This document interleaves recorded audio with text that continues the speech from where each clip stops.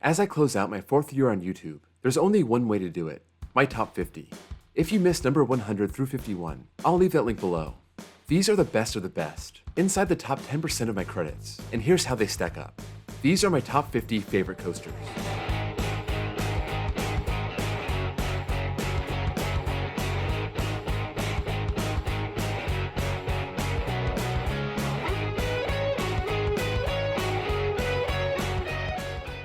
As always, if you can drop this video a like, I would appreciate it. It really helps me out with the YouTube algorithm. Let's break down the final 50 coasters. B&M filled out my 100 to 51, and they're at the top of this list again. We didn't see RMC on the last video, but we'll see them 14 times here. From there, it drops way off the Intamin at 5. As for states, Ohio dominates with 9, California with 6, Florida with 4. My 100 through 51 has more coasters with inversions than not, but that's the opposite this time. 28 of the 50 don't go upside down. We also had 9 wooden coasters out of the 50, and this time we're looking at 13. Number 50 is Shivering Timbers at Michigan's Adventure. This is so big, such a long ride, loaded with airtime, and if it had better trains and ran a little smoother, I'd have it higher than 50. Still, it's one of the better coasters I rode for the first time this year, and good enough to earn a spot. Number 49 is Candemonium at Hershey Park. I thought this was one of the weaker B&M hypers. It felt like a shorter ride, and the second half is pretty forceless, but the key words here are B&M hyper. This is still loaded with airtime. It's got that 5-second airtime hill, a speed hill, and a great drop. It's the best ride in the park, and if I rode this on a hot day, I'd probably like it more.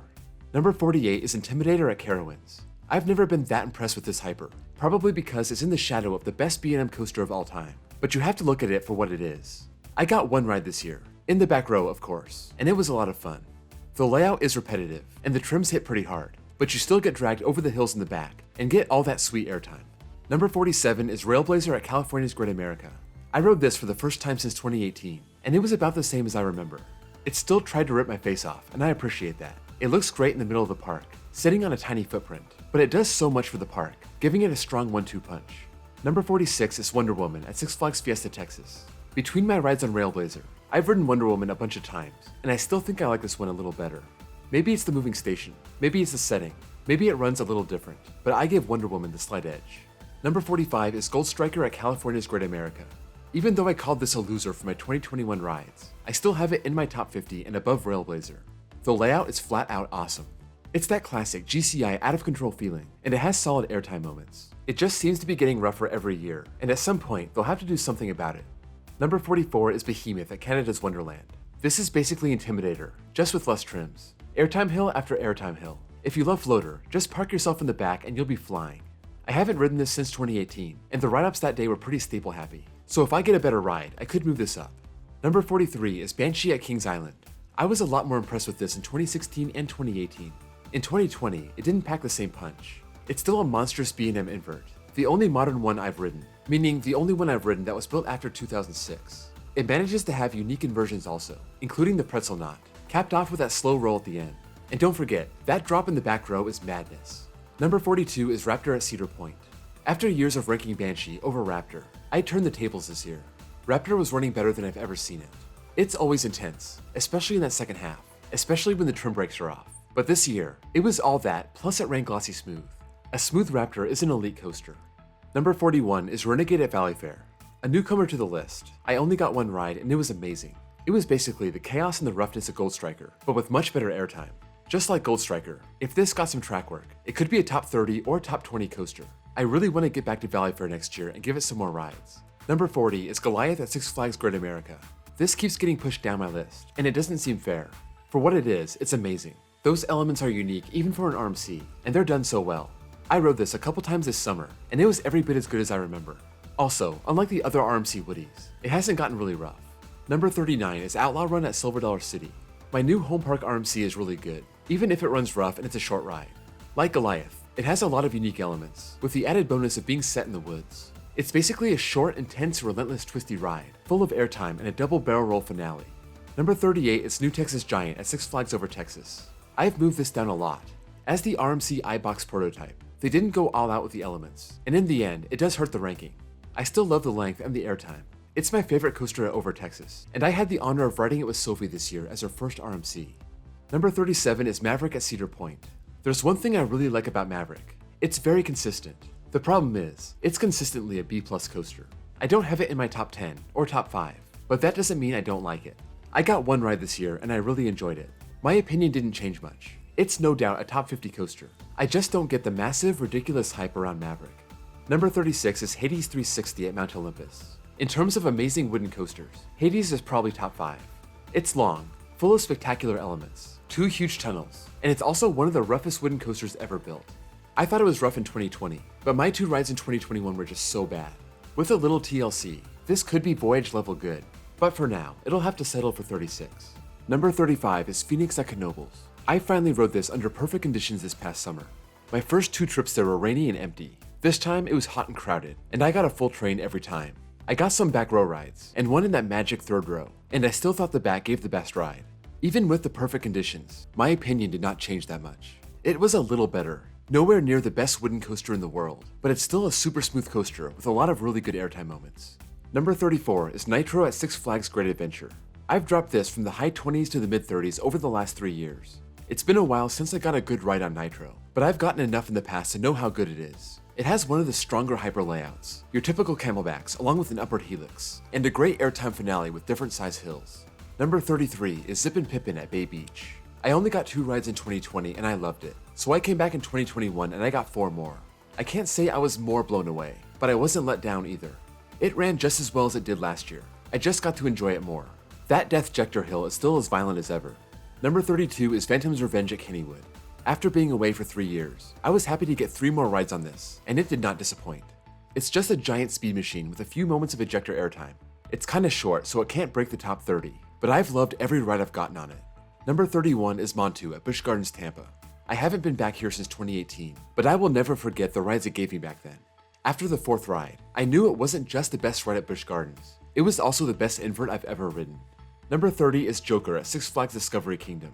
Last time I rode this in 2019, it was running a little slow, and I realized why people said it was one of the weaker RMC hybrids. I still think it's underrated, an untraditional RMC layout, front-loaded with inversions, and then giving the airtime at the end.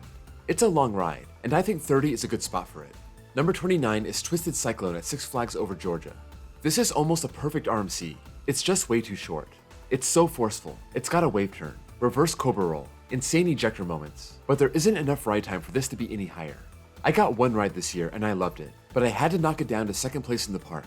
That same day, I got an even better ride on the next coaster on this list. Number 28 is Goliath at Six Flags Over Georgia. It's one of the smaller B&M hypers. That drop coming nowhere near 200 feet, but what a layout. Big airtime hills, an intense helix, and then smaller airtime hills, all while leaving the park and coming back in. My 2021 ride was so insane, I bumped it over Twisted Cyclone. I had so much room on my lap bar, the airtime was nuts. Number 27 is Leviathan at Canada's Wonderland. I rode this last in 2018, but I got 4 rides, so I think I got it. It's kind of like Fury Jr., even though they're about the same size. Leviathan does a better job mixing the airtime moments with the speed moments, and Fury separates them. There's no doubt to me, this is better than Behemoth. It's just not long enough to be a top 10 coaster. Number 26 is Lightning Run at Kentucky Kingdom. I didn't get there this year, so I'm falling back on my amazing 2020 rides to rank it. It got a huge boost from 2019 to 2020, and it'll stick around my top 30 until it lets me down. It's small, but it's loaded with ejector airtime and whippy elements.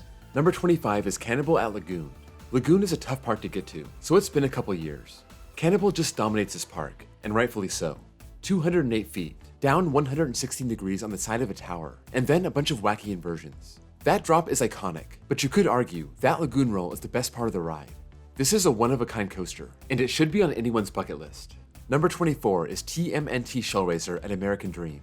I was there to get some more rides this year, but it was closed, along with just about everything else. I was shocked how good this ride was the last time I rode it in 2019. So well-rounded with a powerful launch, the world's steepest drop, and huge inversions.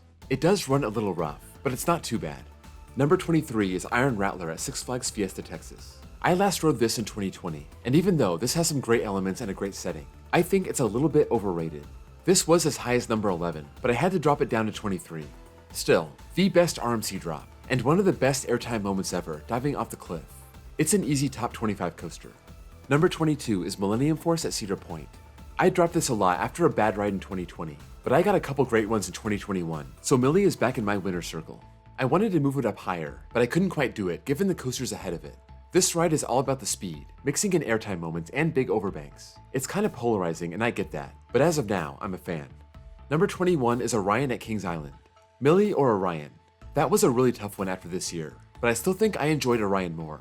I think it's more forceful, it has better airtime, it has better elements, it's just more modern. The setting isn't as good, it may not be an icon of the coaster world, but I'd take a ride on Orion over Millennium Force. Number 20 is Hollywood Rip Ride Rocket at Universal Studios Florida. By far the biggest jump on my list this year was Rocket. Not even in my top 100 last year, and here we are this year in my top 20. I had ridden this in 2012 and I really enjoyed it, but I wasn't way into coasters, so I wasn't sure how I'd like it this time around. I got one back row ride this summer, and it was one of the greatest rides I've gotten on any coaster. I was getting thrown out of my seat on the drop, the non-inverting loop, the drops off every brake run, and those brake runs were not slowing the train down one bit. Plus, that helix was insanely intense.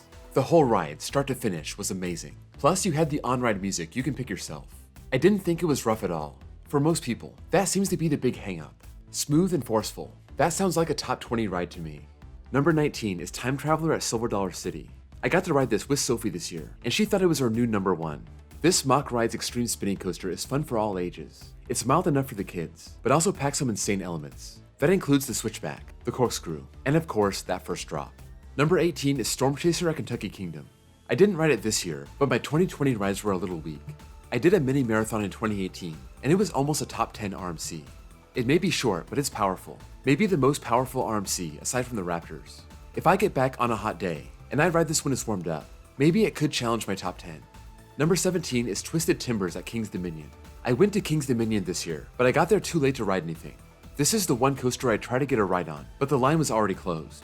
I have to fall back on my 6 rides in 2018, and those are awesome.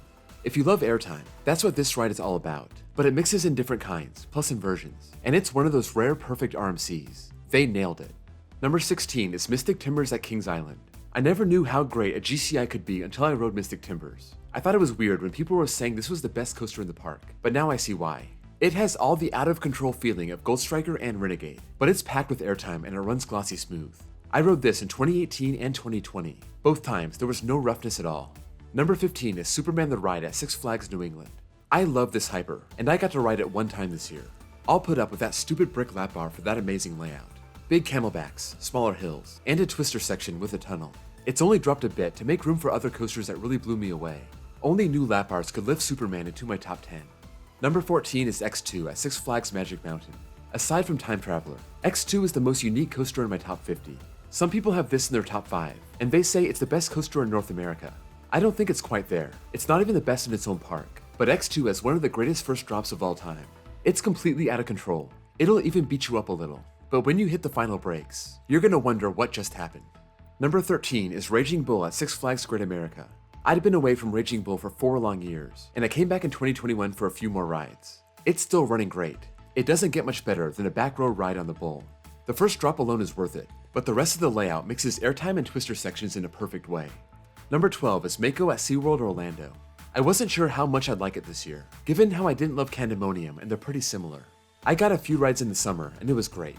I dropped it a couple spots, but it's still one of my favorite hypers, the 5-second airtime hill being the best part. Number 11 is Magnum XL200 at Cedar Point. I raised this up to 11, but I was tempted to do it more.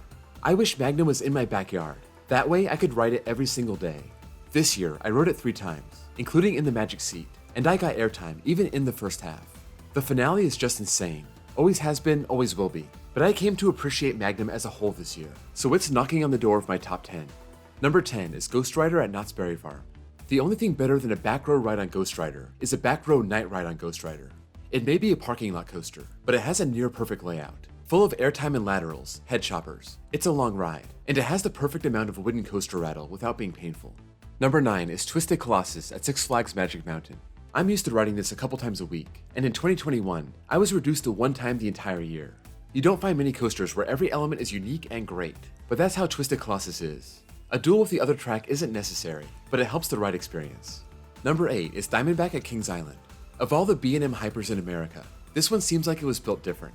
The airtime on every hill is so sustained. It gives you a variety of hills, ending with a helix and a splashdown. If the rattle gets worse on the snake-themed coaster, I may have to drop it, but for now, it's fine. Number 7 is Lightning Rod at Dollywood. I can't wait to ride this with this iBox retrack. This was a top 3 coaster when I rode it in 2016, but it slipped after the rough and slower ride I got in 2019. That iBox retrack could be exactly what it needed to bring it back. That layout is incredible. Number 6 is Velocicoaster at Universal's Islands of Adventure. I had this at number 10 after I wrote it, but then I asked myself, what could Intamin have done to make this any better? I don't think they could have done anything. This coaster has everything you could ever want in a ride, and to top it all off, it has amazing lap bars. My top 5 is full of spectacular rides, but I would not blame anyone for putting this number 1. Number 5 is Voyage at Holiday World. This is where it landed last year, and I didn't get to ride it this year, so it'll stay here for now. Once they smoothed out the second half, this became a near perfect wooden coaster. Legendary layout, full of airtime, even though most of it is weak. Super long, it's just a special ride, and this should be on everyone's bucket list. Number 4 is Wicked Cyclone at Six Flags New England. 4 is high for a coaster like this, I know. I came back to the park for the first time in 3 years, and Wicked Cyclone was on trial. I think it was running better this year than I've ever seen it. Those sluggish moments on the third lap are going fast, even after opening. And for its size, it packs a ton into the layout. It's probably the most well-rounded RMC. Number 3 is El Toro at Six Flags Great Adventure. I was on the fence between number 2 and 3, and after being closed all year, I'm sliding it to 3. Last time I rode this in 2019, it was running a bit rougher than I remember, but maybe when they fix the track, that'll get better. Enough trashing Toro. This is one of the greatest coaster experiences of all time. The best first drop ever. 2 powerful camelbacks. The Rolling Thunder Hill, which pulls more than -2 Gs, and the switchback finale, which is just crazy. Number 2 is Fury 325 at Carowinds. After my 2 rides this summer, Fury finally rose from 3 to 2. Riding this with a full train on a hot day made the ride better. This thing was absolutely flying in the first half, and those final airtime hills are the perfect way to end. It's a near perfect layout. Number 1 is Steel Vengeance at Cedar Point. I didn't get great rides in 2020, doing row 1 and 9, but I got a row 10 ride this year, and it was much better. I know it sounds weird, but the row really does matter to me. Steel Vengeance is number 1, but it's not super safe up there. I think something out there can beat it. This year, the mid-course brakes were on for the first time for me, and that made the second half really slow. It was less snappy, but it did have more hang time on the inversions. I can't deny the great things about Steel Vengeance. It's a tremendously long ride. It has the airtime record, and that airtime is real. 4 well-timed inversions, 200-foot vertical drop. Even with its minor flaws, it's still my number 1, and there's no doubt about that. That's it for my top 50, 2021 edition. If you missed numbers 100 through 51, click the card in my end screen and check that out. Let me know what you think about this list. If you think I'm crazy or spot on, whatever stands out to you, sound off in the comments below. Before you go, don't forget to drop a like and give me a sub, and check out my links below for my Discord server, and my second channel where I post copyright-free off-ride footage. Thank you all for watching, and I'll see you all next time.